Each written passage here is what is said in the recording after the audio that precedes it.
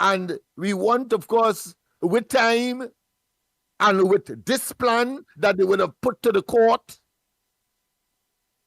they believe that they will be successful. You see, I'm going there for a specific domestic situation that we have had that ought to have been pursued, but did not by this government. I know that some of you know what I'm talking about, but let me just finish OAS. So OAS used that mechanism. It doesn't happen just like saying there in order to satisfy the various stakeholders, investors, creditors, etc. And today, they are now they have returned to viability. OAS I'm talking about, yes. And its subsidiaries. I make the point to let you know and be as meticulous as I have been to show that when Clico, the leaders and the deciders and the owners of Clico sought government so-called bailout.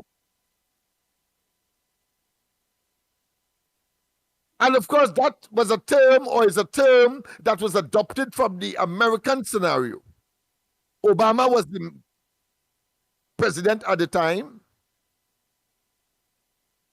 And Chrysler and all of the car makers around Detroit and other places in the United States were seeking bailout.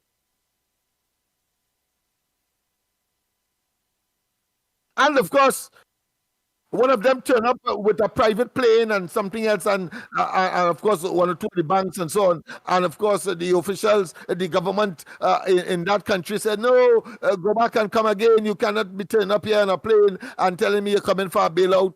Things are not that bad. You see? But that is besides the point. A bailout in the context of the United States meant that they will give them the money that they require, because there was, of course, a liquidity problem among the banks and other business entities. They couldn't pay for raw material, they couldn't pay their creditors, they couldn't pay their suppliers, etc. And that created, of course, the meltdown that, of course, was very significant in that period, just about 2009, thereabout. Yes, indeed. And so they got to the bailout, but the bailout was conditioned on the fact that when things resurface, when things are resuscitated, viable again, because it's a cycle, the government was incumbent on them to, of course, support that, because these businesses were huge and large and play a significant role in the economy of the United States, and therefore, in a real sense, they were too big to fail, and therefore the government had a role and responsibility to stop them from failing. And so that bailout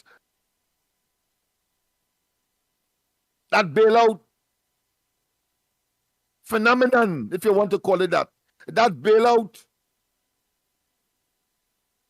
appellation, that bailout pseudonym,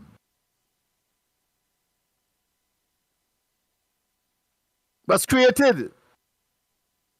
And so one expected a similar situation, particularly in an economy such as Trinidad and Tobago, where, of course, it is largely dependent on the government to stimulate private entrepreneurship and sustain businesses and so on by virtue of what is called the PSIP, the Public Sector Investment Program. Yes, that's the money that they use to buy goods and services so as to keep the hardware going, the pharmacy going, the bookstore going, of course, and all of the people who sell Polori and etc.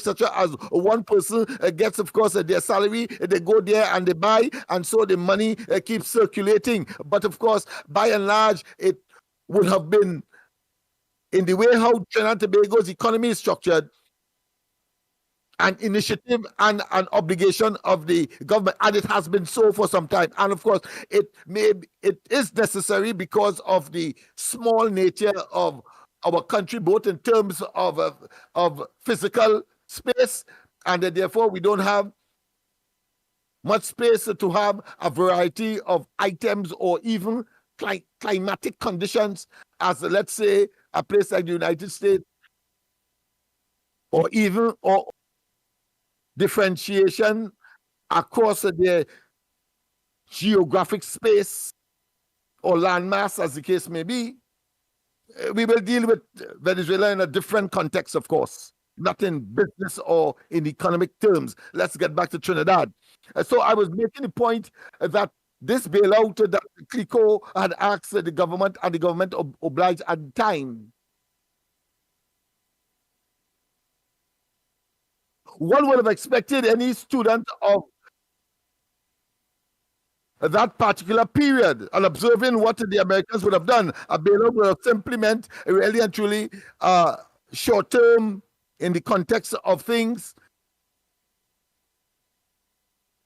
lending or borrowing by those companies. But of course, the government would have held certain securities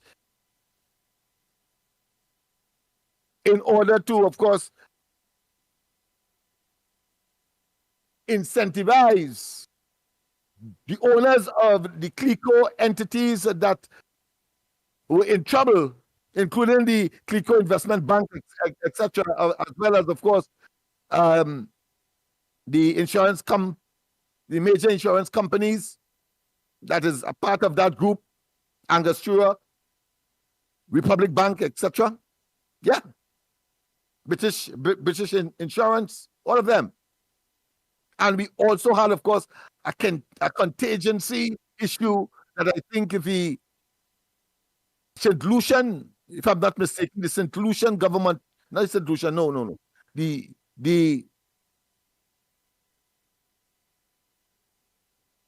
one of those small island governments, and I think, yes, and Grenada as well, who are still calling on Trinidad because their citizens have also been affected negatively by investing one way or another, whether it be taking out the insurance, as the case may be, in CLICO. Yes, I think it was Gaston Brown, who, of course, was contemplating and threatening, of course, legal action against the government of Trinidad and Tobago, threatening to go to the Caribbean